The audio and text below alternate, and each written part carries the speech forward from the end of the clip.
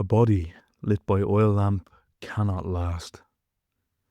Another day of wintry bathwater contracts each breath, her blood tide shallower than it should be. She knows that he drew the riverbank first, studied dogwood, willow root, grass tilt. Knows she's unready to be arranged in the lake. He has learnt the lines of her neck like prayer. Slack-jawed on her back, she studies distant stars on the ceiling, feels the clasp of her dress turning to rust on her spine. Each seam nettling her skin. Her body is a book, stained satin, folding and fretting chapters between her thighs. An agony of stillness. Her wrists are mottled stiff, holding her palms upwards. She can't imagine these half-wilted peonies once belonged to her. She longs to be resurrected, wants to fill an empty space with her own flowers, tries to stop shaking, her hands holding nothing but creaking, cutting air. Hello, and welcome to Words That Burn, the podcast taking a closer look at poetry. This week's poem is Ophelia's Head is Finished by Olga Dermott-Bond. Before we take a look at this and the poem itself, it's important to note that there is an epigraph at the very beginning of the work, and that it's key to unlocking some of the poem's meaning. The epigraph reads, "I am getting on slowly, but I hope, surely, Ophelia's head is finished." It's an excerpt from a letter by Pre-Raphaelite painter John Everett Millais to Martha Coombe in 1852. Without context, it seems a macabre statement. Ophelia's head is finished. Something not out of place in the gothic-obsessed Victorian era that Millais rose to prominence in. Whilst he is only describing the process of completing a painting, I'd imagine that unintended macabreness helped to fuel this poem's tone. Indeed, there is a creeping discomfort that permeates this poem, a discomfort that is sure to mimic the same feeling felt by women put in this actual position. But what position is that? I've mentioned already that Millais was a painter. I've also stated the strange circumstances of the woman being described in the poem. Olga Dermott-Bond has created an odd ode to Millais' Ophelia, a depiction of the death by drowning of the character in Shakespeare's Hamlet. It is also considered to be one of the finest examples of the Pre-Raphaelite movement in existence, at least with time.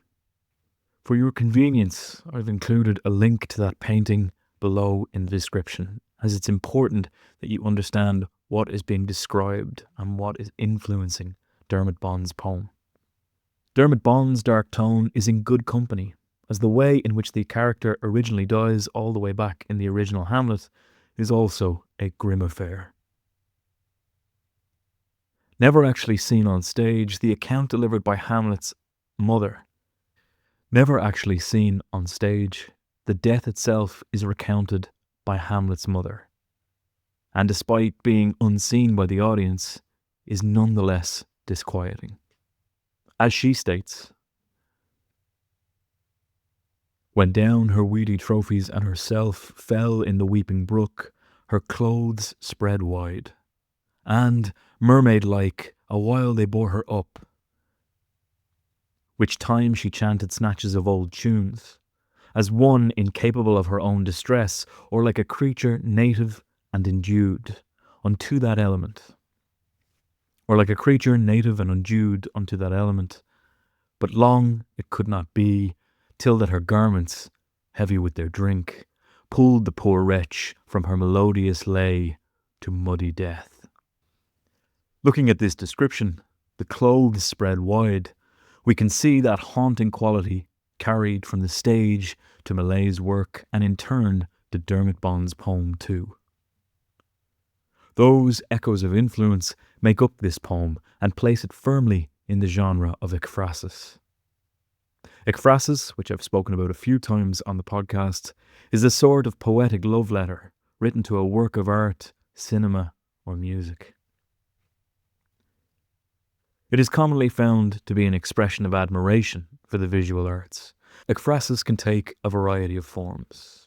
It can zoom in on a single detail of a painting, or it can take a broader view and interpret the tale played out in whatever is being described. Olga Dermott-Bond creates a work of ekphrasis that is quite unique, imagining the awful conditions of the painting as though she were watching a real-life scene unfold before her. She describes a scene which at first I took to be a look at the suffering of the model, as Everett Millais formed his painting. The painstaking hours of holding a single position, not daring to move lest the artist lose his moment. In Dermott-Bond's words, an agony of stillness.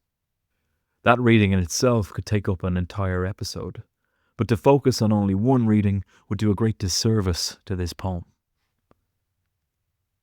As it moves from tercet to tercet, a stanza made up of 3 lines of poetry, this poem is entirely composed of them.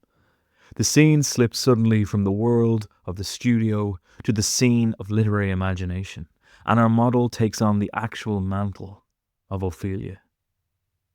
This subtle bleeding from reality to imagination is a testament to Olga Dermott-Bond's skill as a poet.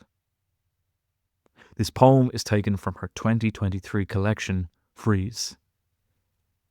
In her own words, Dermott-Bond states, "Women without halos are the heroes in my new collection." This, as I read through it, proved to be very true. The entire collection is a kind of altar to the overlooked women of fiction, folklore, art, and beyond. Although I think the blurb of the collection does it more justice than I do. It reads, "Goddesses, saints, dead girls, creatures, mothers, and muses all gather in this collection to confide their secret histories and desires. Voices are recovered from the canvas, from behind museum glass, from the pages of literature and the tales of Irish folklore, to explore what can be recaptured and what remains still out of reach."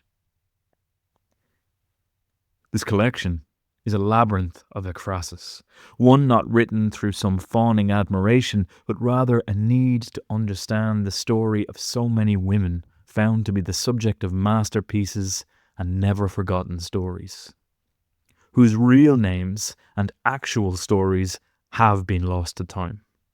This poem, I think, does a wonderful job of exploring all the implications of ekphrasis, both the story behind a work of art and an appreciation for the technique that goes into them. Again, Olga Dermott-Bond's own words help us to understand the drive behind the collection. She stated, "When I write an ekphrastic poem, I really enjoy looking at the painting, spending time with it, and studying it. That love of looking closely and studying is reinforced by the epigraph heading the poem, unearthed, I'm sure, with painstaking research. The epigraph which, with this new understanding in mind, with this new understanding of the poem's content in mind, takes on an almost dismissive air towards the tragic figure of Ophelia. John Everett Millais seems almost petty in his complaints of 'I'm getting there slowly', when we take into account that getting there slowly takes more of a toll on his model than it does on him. His complaints seem to pale in comparison to what the woman herself has been forced to endure. That need for endurance is made very clear from the very first lines in stanza 1. "A body lit by oil lamp cannot last. Another day of wintry bathwater contracts each breath, her blood tide shallower than it should be. This is a portrait of pain and the awful conditions that some models were forced to endure. The oil lamp, which Everett Millais is using to capture a very particular kind of light, would be a poor substitute for heat. And the body failing to last, as it were, would be the model themselves. We feel the chill as Dermott-Bond evokes the constricting cold of the bathwater Everett Millais has placed his model in. The mention of the blood tide has stumped me a touch, but I've taken it to mean that the water level of the bath is shallower than that of the lake water that took Ophelia's life. On another level, it means that her own blood level, her blood tide, is low. I would imagine her blood was chill in her body by that point. Her blood tide then becoming her blood pressure. I think this line is multifaceted in the extreme. I think it feels like the painter's disapproval interjecting on the model's suffering. It feels like an annoyed observation that conditions are not as perfect as they should be, despite the fatal consequences they would carry with them. In short, this brief stanza is a glimpse into what models or muses had to put up with for the sake of an artist's art. This glimpse is given a little more edge when you learn the real story behind the painting. The woman in Everett Millais' Ophelia is Elizabeth Siddal, who was 19 at the time. Elizabeth Siddal was a Pre-Raphaelite painting movement. It could be argued that Elizabeth Siddal was the Pre-Raphaelite painting movement, and before any truly passionate art fans interject and state that skill, practice, and study was the driving force, I would like to point out that I'm a big fan of hyperbole. But even then, that's not really hyperbole. Elizabeth Siddal was a Pre-Raphaelite darling and posed for many of the paintings renowned today. You've heard me mention the Pre-Raphaelites a few times now. Technically, it was a brotherhood, and like many artistic movements, it was multidisciplinary. Painters, poets, and academics came together, and an attempt at rebellion began to seek ways to challenge the academic and aesthetic conventions of their time. The Brotherhood itself was founded in 1848, and its key tenet was truth through observation. Through observation. Romantic scenes with tragic figures gilded by meticulous detail, particularly of nature and science, are how you know you're looking at a Pre-Raphaelite work. As author Robert de la Cizeran put it, no imitation of the masters, no generalization. Each figure reproduced from a model and from one single model, outlines as original and individual as possible, painting on an unprepared white canvas and fastidious attention to detail. In a word, earnestness. The other thing that marks out a Pre-Raphaelite painting is Elizabeth Siddal's face. She was the muse of that movement. She would pose for many of the key painters and in time would eventually marry one of them. That does not mean she was afforded enough care as a model by Everett Millais. In fact, the opening stanza of this poem may as well be a first-hand account of the evening, as journalist Kelly Richmond recounts. Siddal posed in a bath full of water.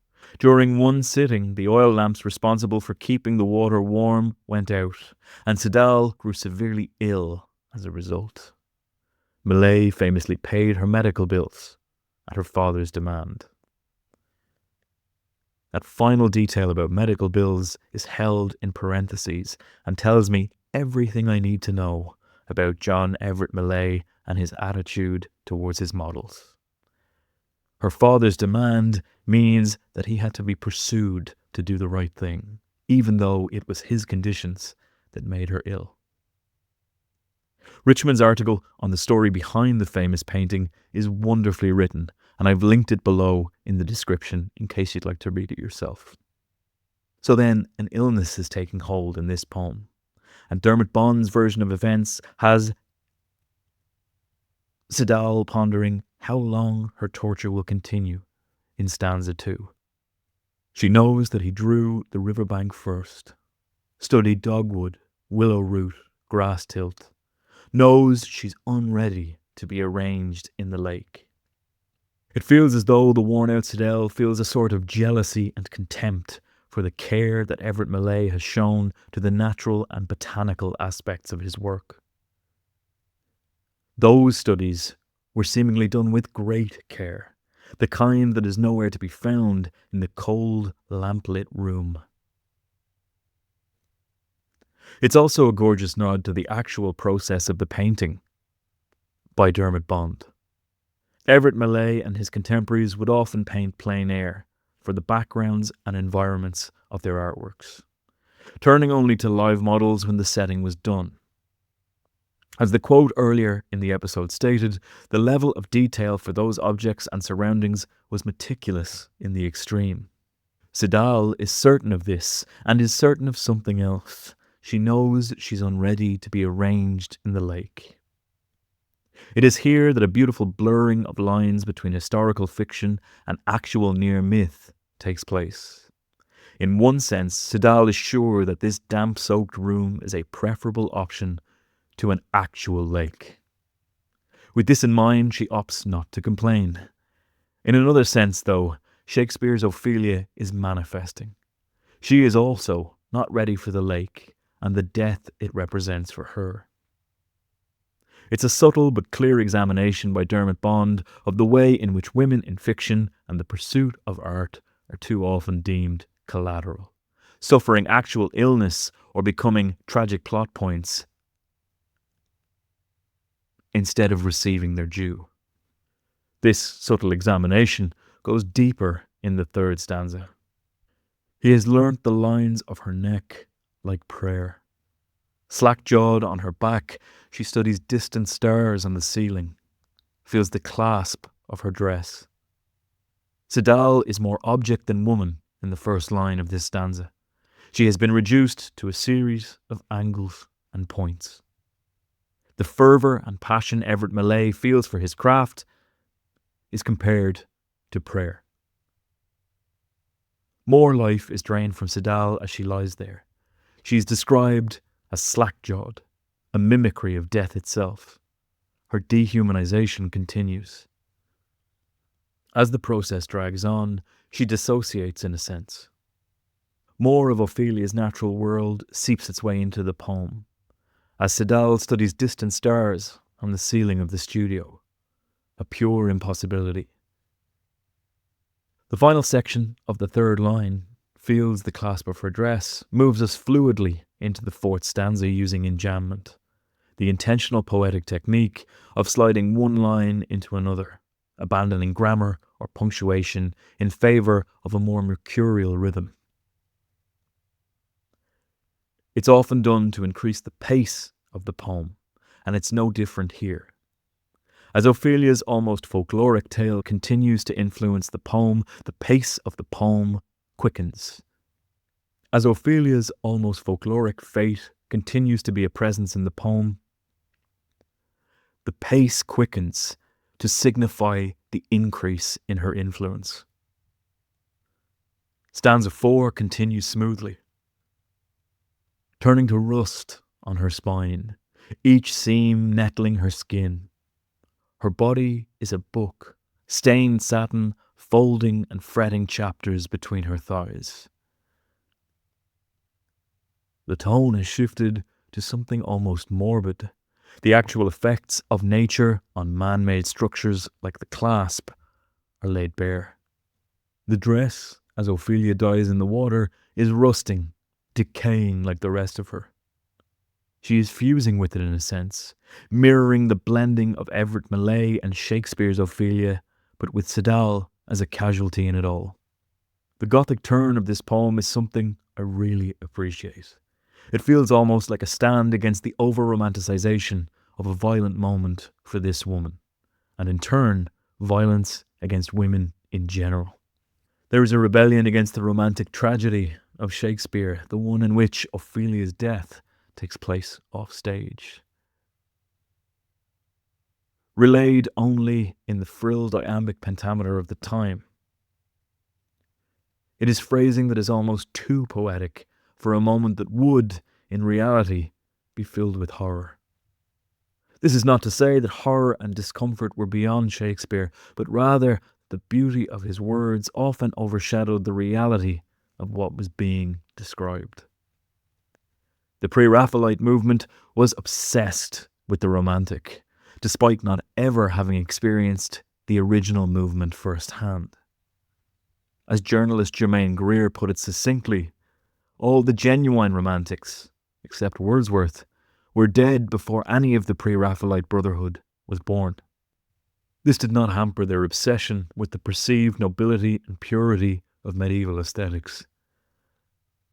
This focus on the aesthetic, much like Shakespeare's prose, detracts from the reality of what is being depicted in Everett Millais' painting. A woman is drowning. The true unnerving quality of that depiction was given a brand new look when a sculpture in the River Stour was unveiled in 2024. Named Alluvia, it depicts Ophelia, who can be glimpsed below the surface of the actual river in Canterbury in England. It is all at once ethereal and unsettling. I've included, once again, a link down below in the description. It draws inspiration directly from Everett Millais' interpretation and has divided public opinion right down the middle. Some admire its beauty, while others condemn it as grotesque and macabre. Olga Dermott-Bond never flinches in depicting the grim reality of what that death scene. Olga Dermott-Bond never flinches in depicting the stark reality of what that death scene must have looked and felt like. The somewhat distasteful literary depiction is skewered again in the final part of the stanza. Her body is a book, stained satin folding and fretting chapters between her thighs. This is a gorgeous use of descriptive language by Dermott-Bond, as the folding seams of the dress take on the fanned pages of an old book, mimicking their feeling and their look. It is a testament to her love of close study of the painting. It perfectly embodies the intricate and muted stylings of the dress in the original painting. We imagine the stained old damp pages of a book, mottled and moulding, seeming to evoke Shakespeare's description of a muddy death near perfectly. It is gorgeous, layered and metatextual poetry from Dermott-Bond. The true pain of this moment, however, is that Ophelia is frozen in time. The indignity of the moment is captured perfectly in the 5th stanza. An agony of stillness. Her wrists are mottled stiff, holding her palms upward. She can't imagine these half-wilted peonies once belonged to her. An agony of stillness might be one of the most perfect ways to describe Everett Millais' painting ever put to page. There is a strange stiffness to his work, a real sense of being held in place perpetually in discomfort. Olga Dermott-Bond spends much of her poem crystallizing this notion very successfully. We, as an audience, can almost feel a cold spreading through ourselves as the poem marches on. Our own wrists become oddly rigid. She is describing the painting exactly, but revealing the reality that would replace its romanticism if given a chance. This feels like a winter. There is not much romanticism or hope left in the scene. Ophelia herself certainly can't recognize it. The abundance of carefully studied flowers that surround her, a much lauded aspect of the painting, feel false and empty. She can hardly imagine she ever placed faith or hope in them, that they ever belonged to her. The description of them as half-wilted peonies is important. It pulls back the curtain on the so-called realism of the Pre-Raphaelites' relentless study. In the end, they are not living flowers, but instead an image depicting half-life, Once again, an agony of stillness. Before we continue towards the end of the episode, I have a favour to ask. If you've made it this far into the episode, you're probably enjoying it. Please consider reviewing the podcast wherever you're listening and leaving a comment, or better yet, sharing the episode with someone you might think would enjoy it as well. Any review helps, any rating helps to get the podcast out to more people, and I'd really appreciate it. Thanks a million for listening, and now on with the show. As we move into the sixth and final stanza, Ophelia seems to embody the verse fully. She longs to be resurrected, wants to fill an empty space with her own flowers, tries to stop shaking, her hands holding nothing but creaking, cutting air. The fusion is complete, and like a pendulum, we have swung from Elizabeth Siddal to Ophelia and back again. Ophelia wants to come back to escape the tragedy that has so come to define who she was and what is thought of her. She wants to stand for something more than just senseless death. She would step away from the half-wilted peonies, another man's symbol for her. She would fill her own space with flowers she chose. In a sense, she would wrestle her agency back from time. In that same stanza, we hear the echoes of Elizabeth Siddal's desire as well. On a physical level, she wants to stop shaking. She wishes to drop the pretense of her long-held artificial pose.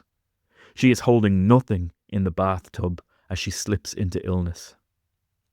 Everett Millais will paint something in her frigid grasp later. It is a hollow moment, and she is left to hold nothing but the creaking, bitterly cold, cutting air as the oil lamp dies. On another level, though, it is the desire of Elizabeth Siddal to take part in the Pre-Raphaelite movement, not just to be a subject of it. Siddal was the only woman to display work in one of their greatest gallery showings. She too longed to fill a room with her art, her flowers. It is impossible in this final stanza to tell where Ophelia begins and Siddal ends, because both women share the same story. They are forced to hold up an uncaring man's art. It is a cruel and unusual legacy, but Olga Dermott-Bond will not let it be forgotten. If you can't tell, I'm a little bit obsessed with Ophelia's head is finished. Olga Dermott-Bond has a gift for descriptive language and scene setting. It is one that is perfectly suited to ekphrasis. I cannot get over the level of nuanced symbolism and layering at work in this poem. Ekphrasis is one of my favourite ways to explore art. I think it's quite something to see a poet's take on a work of art, and I think it can lead to brand new discoveries for a viewer. Olga Dermott-Bond takes this even further, though, and creates a story that is hidden from art history in a sense. She takes an idyllic scene and exposes the blood, sweat, and effort that went into it. Not much of it shed by the artist. There are so many layers operating within the poem, each one blended together seamlessly by Olga Dermott-Bond, like brushstrokes on a canvas. It is a poem dedicated to women who have been overlooked or condemned to be viewed in a singular light by history. It never directly bashed its audience over the head with its meaning, letting the interpretation of the painting deliver the message with ease. The epigraph chosen by Olga Dermott-Bond is the perfect frame. It embodies the calculating, bordering on dismissive nature sometimes adopted by great artists. It informs the reading of the poem easily. Olga Dermott-Bond breathes into the static image a living want, one that aches and trembles and protests. In doing so, she resists the quiet romanticism that has varnished the figure of Ophelia over time, stripping back layers of oil, paint, verse and myth to uncover the flesh and blood woman beneath. In the stillness of the painting, we hear the quiet violence of expectation, the cost of beauty, and the ghostly whisper of a woman who is expected to endure. Through Dermott-Bond's lens, Ophelia and Elizabeth Siddal are no longer passive muses, but powerful, if spectral, presences. They do not rest peacefully, nor should they. What did you think of the poem? As always, this is my interpretation, and I'd love to hear yours. If you'd like to get in touch with me, there are a few ways to do so. You can reach me directly by email at wordsthatburnpodcast@gmail.com. You can get in touch through the podcast website, www.wordsthatburnpodcast.com. I am on Blue Sky at Words That Burn. I'm on Instagram and Threads at Words That Burn Podcast. I'm on TikTok at Words That Burn 2. If you're listening on Spotify or Apple Podcasts, please consider leaving me a review. If you're listening to me on Acast, please consider giving the podcast a follow so you can hear when new episodes are released. And if you're listening to me on YouTube, give me a follow and a comment. I would love to hear from you. If you'd like to read the script for this week's podcast, complete with citations and sources, check the Substack link in the description. If you enjoyed the episode or know someone who might, consider sending it to them directly so they can listen as well. Words That Burn is written and produced by me, Benjamin Colopy. Thank you for taking the time to listen to the podcast once again.